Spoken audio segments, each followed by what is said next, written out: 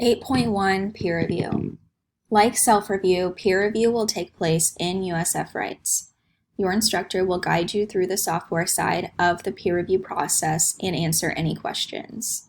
While it is important for all of us to read, review, and revise our own writing initially and independently, receiving the feedback of others, especially when they are working on the same assignment with the same instructions, can be immensely valuable. Learning to provide feedback for peers and colleagues is also an important and necessary skill that you will use throughout and beyond the Academy. Peer review is a foundation of the Academy. Scholarly, peer-reviewed material published in academic journals is considered credible content in part because it is peer-reviewed. In these cases, the reviewer is an expert on the content.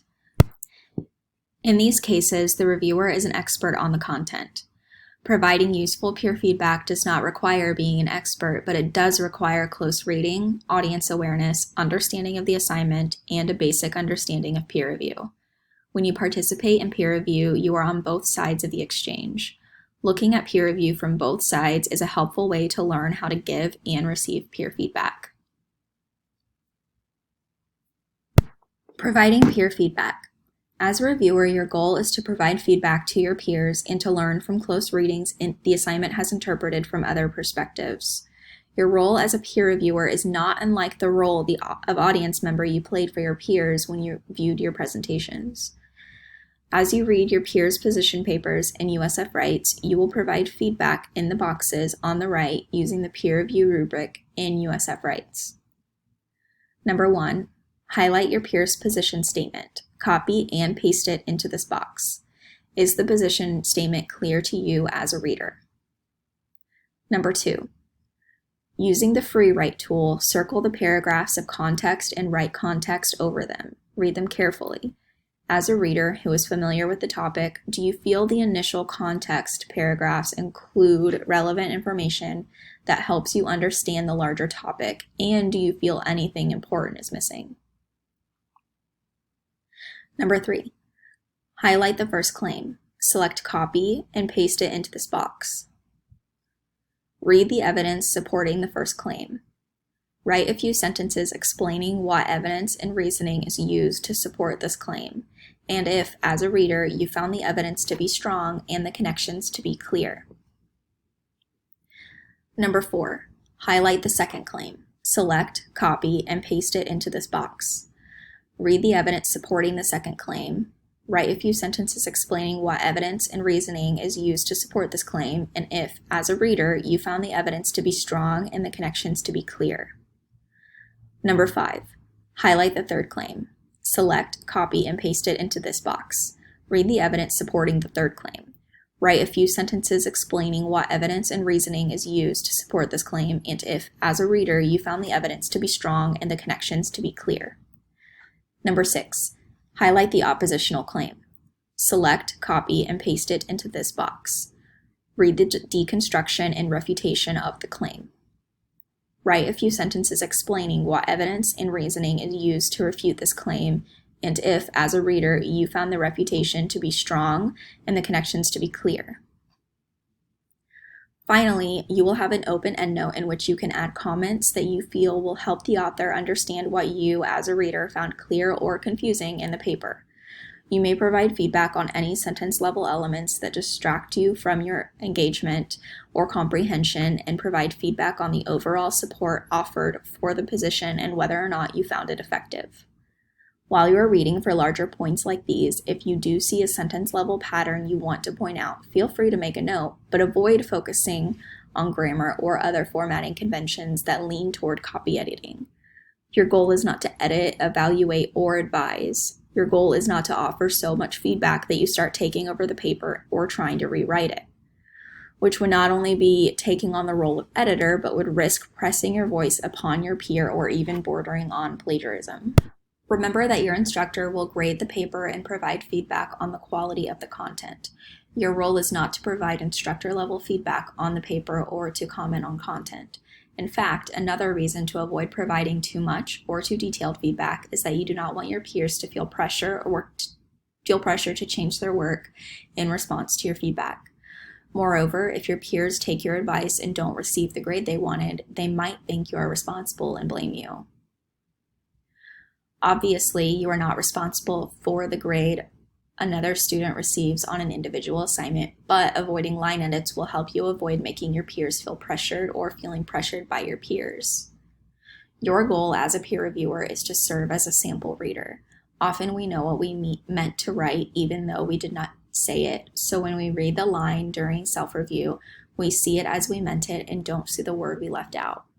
We can also get so deep into our ideas that it is hard to pull out and see if it all really makes sense. And frankly, we can take ourselves and our work all too seriously.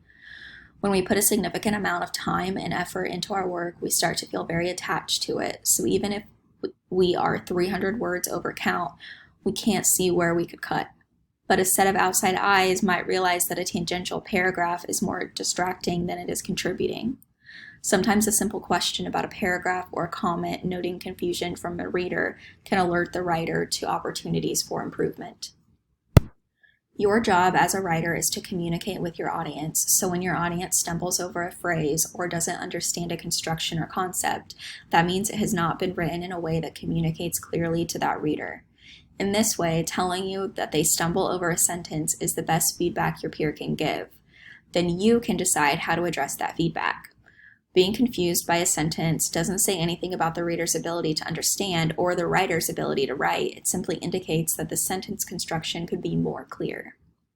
And having multiple readers with multiple perspectives is even better. The final and perhaps most important thing we should do when giving feedback is to remember to comment on the paper, not the person. Many of the mistakes you can see will be typos, but if you see a pattern of mistakes, note the pattern so that your peer can learn. We all have things we don't know, which is why we are here, to learn. So in the same way that you don't want to feel judged for not knowing when a colon is better than a semicolon, don't use what you do know to judge others. Focus on the paper instead of the person and by asking questions instead of making statements, especially absolute statements, unless they are positive statements like, the position statement is very clear. Just think of yourself as one audience serving a mirror for one view.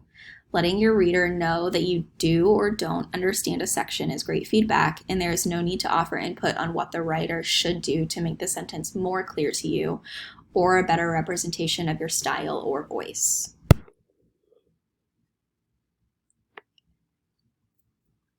Receiving peer review. Reading your peers' papers closely allows you to practice and develop the skill of performing a close reading with the assignment and rubric in mind, which you can immediately apply to your own paper to enhance your own revision skills. Being able to practice review on the same assignment you are constructing allows you to see examples of how others approach the assignment, which helps you to expand your understanding of the task. Both giving and receiving peer review facilitate the revision phase of your writing process. Having your paper read by a peer is useful to the construction, not just the revision of your paper. Knowing that someone rather than your instructor will read your work encourages you to expand the audience of your work, which will allow you to consider other perspectives as you construct your text. If you are only writing for your instructor, you will have a limited scope of work. Your instructor is an expert reader, but as instructors, we recognize that you learn as much or more from each other than you learn from us. Instructors play an invaluable role in guiding students and moving learning from understanding to comprehension. But peer collaboration is a vital element in deep learning. Class discussions and workshopping make it clear that collaboration is important, so why would we skip the step when it comes to review?